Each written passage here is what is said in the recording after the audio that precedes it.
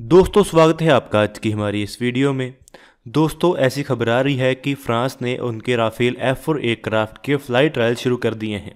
Rafale aircraft का latest standard F4 standard है। France की मिनिस्ट्री ऑफ आर्म्ड फोर्सेस ने 20 मई को ये अनाउंस किया है कि उन्होंने इस एयरक्राफ्ट के फ्लाइट ट्रायल शुरू कर दिए हैं। F4 कन्फिग्रेशन वाले राफेल एयरक्राफ्ट ने इस्ट्रेस एयरबेस से पहली उड़ान भरी है और इसके जो फ्लाइट टेस्ट हैं वो 26 अप्रैल से लेकर 29 अप्रैल तक चले हैं। ऐसा बताया गया है कि इस एयरक्राफ्ट को लेकर 8 कॉम्प्लेक्स मिशंस किए गए हैं जिसमें 50 एयरक्राफ्ट सॉर्टीज की गई हैं और इसमें फ्रांस की नेवी, एयरफोर्स और स्पेस फोर्स के जो टेस्ट क्रूज थे वो शामिल थे। इन ट्रायल्स में 2 राफेल एयरक्राफ्ट जिनको F4 स्टैंडर्ड तक अपग्रेड किया गया था उनको टेस्ट किया गया था। यहाँ पर आपको बता दें कि राफेल F4 स्टैंडर्ड की जो पहली न्यूज़ आई थी वो आज से 2.5 साल पहले आई थी, जब पहली बार अनाउंस किया गया था कि राफेल F4 अपग्रेड की जाएगी। 2019 में डसॉल्ट ने यह बताया था कि F4 स्टैंडर्ड में इसके Thales RBE2 active electronically scanned array radar में एनहेंसमेंट्स की जाएंगी और इसके Thales telos long range airborne targeting pod और रिको NG रिकन्सेंस पॉड में अपग्रेडेशंस की जाएंगी और इसके साथ ही एयरक्राफ्ट की कम्युनिकेशन स्वीट और इसके हेलमेट माउंटेड डिस्प्लेस को भी इम्प्रूव किया जाएगा। इसमें एक नया इंजन कंट्रोल यूनिट होगा और इसके साथ ही इसमें नई वेपनरी को कैरी करने की कैपेबिलिटी होगी और ये मीका नेक्स्ट जनरेशन मिसाइल और इसके साथ ही ये एक 1000 किलोग्राम का modular A2 ground precision weapon भी कैरी कर सकेगा। तो चलिए अभी जान लेते हैं कि राफेल F4 स्टैंडर्ड में कौन सी नई चीज़ें हैं और ये हमारे लिए कैसे फ़ायदे की साबित होंगी। राफेल एयरक्राफ्ट का F4 variant additional network centric capabilities के साथ आएगा और इसमें डाटा लॉजिस्टिक्स भी होंगे जैसे कि F-35 स्टेल्थ एयरक्राफ्ट में होते हैं। इन सभी कैपेबिलिटीज की मदद से राफेल एयरक्राफ्ट बैटलफील्ड की बहुत अच्छी पिक्चर बना सकेंगे, बहुत ज़्यादा एक्यूरेट पिक्चर बना सकेंगे, जिसमें वो अपने सभी सेंसर से मिले डाटा को एक जगह पर इकट्ठा करेंगे जो कि एक सिक्योर नेटवर्क के ऊपर होगा और उसकी मदद से वो एक बैटलफील्ड पिक्चर बनाएंगे जिससे उनकी सिचुएशनल अवेयरनेस बहुत ज़्यादा बढ़ जाएगी और इसके साथ ही वो अपने डेटा को नई सैटेलाइट कम्युनिकेशन एंटीना के साथ भी एक्सचेंज कर पाएंगे। इसके साथ ही पायलट्स को ज़्यादा इम्प्रूव्ड हेलमेट माउंटेड डिस्प्लेस भी मिलेंगी और उसके साथ ही जो इस एयरक्राफ्ट का स्पेक्ट्रा डिफेंसिव सिस्टम होगा जो कि इलेक्ट्रॉनिक वारफेयर सिस्टम है, उसमें ज़्यादा पावरफुल जैमर्स और नई थ्रेट लाइब्रेरीज मिलेंगी जो कि इस एयरक्राफ्ट की नए थ्रेट्स को लेकर कैपेबिलिटीज को बढ़ा देंगी। इसके साथ ही डसॉल्ट इसमें बिग डेटा टेक्नोलॉजी का इस्तेमाल करने के ऊपर काम कर रहा है जिससे इस एयरक्राफ्ट के लिए एक प्रेडिक्टिव मेंटेनेंस सिस्टम बनाया जाएगा जो कि F-35 एयरक्राफ्ट के ALIS सिस्टम के जैसा ही होगा।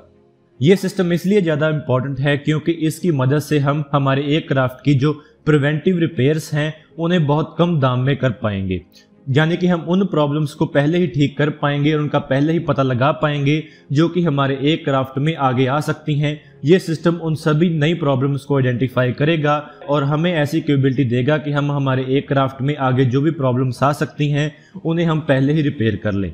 और इसके साथ ही जो इस एयरक्राफ्ट का RBE2 रडार है उसके हम A2 ग्राउंड मोड को भी इम्प्रूव करने वाले हैं और उसके साथ ही इसके M88 टर्बोफैन इंजन के डिजिटल कंप्यूटर्स को भी इम्प्रूव करने वाले हैं। इसमें हम एक नया आर्टिफिशियल इंटेलिजेंस बेस्ड सिस्टम लगाएंगे जो कि इसके रिकन्सेंस और टारगेटिंग पॉड को ज़्यादा इम्प्रूव करेगा।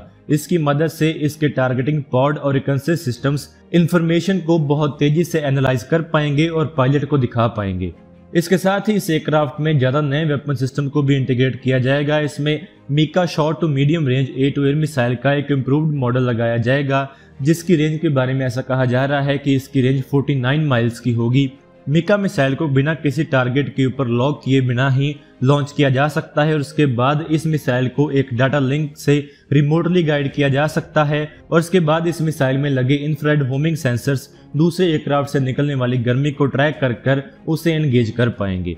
इसमें एक AES रडार सीकर भी लगा होगा और ये मिसाइल अपने AES रडार सीकर और अपने इंफ्रारेड सीकर दोनों को इस्तेमाल कर पाएगी और इसमें एक वेक्टर थ्रस्ट मोटर भी होगी जिससे ये मिसाइल बहुत तरह के टाइट मनूवर्स कर पाएगी।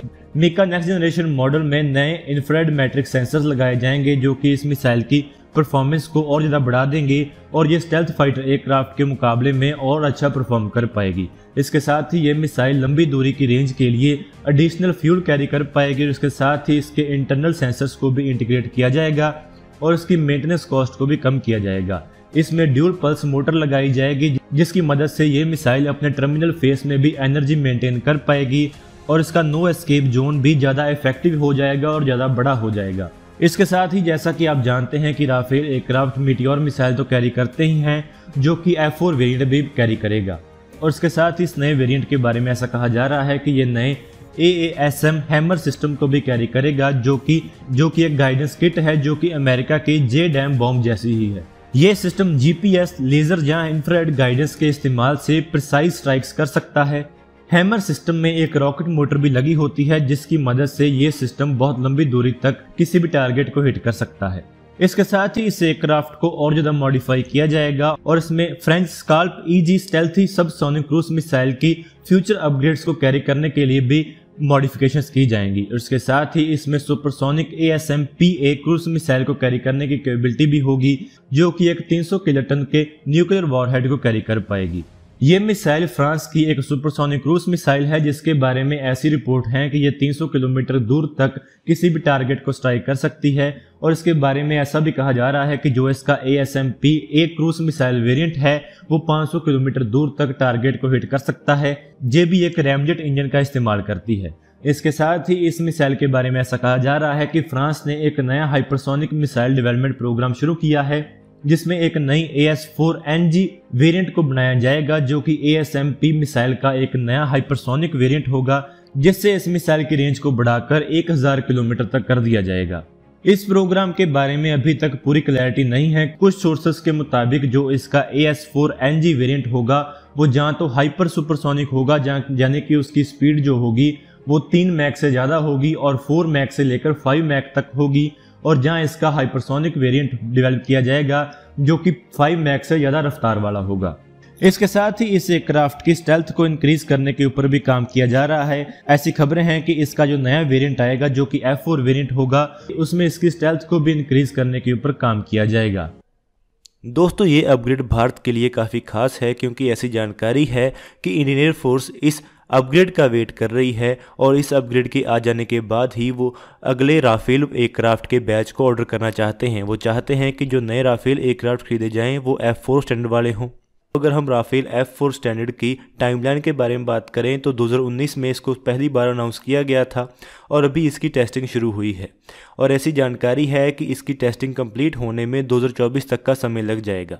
तो अगर हम ये मानकर चलें कि Indian air force Rafale F4 aircraft को खरीदना चाहती है तो इसमें 2024 तक का समय लग सकता है। तो दोस्तों आज की इस वीडियो में इतना ही। अगर आपको ये वीडियो अच्छी लगे तो आप इसको जरूर लाइक और शेयर करें। Thanks for watching this video. जय हिंद, जय भारत।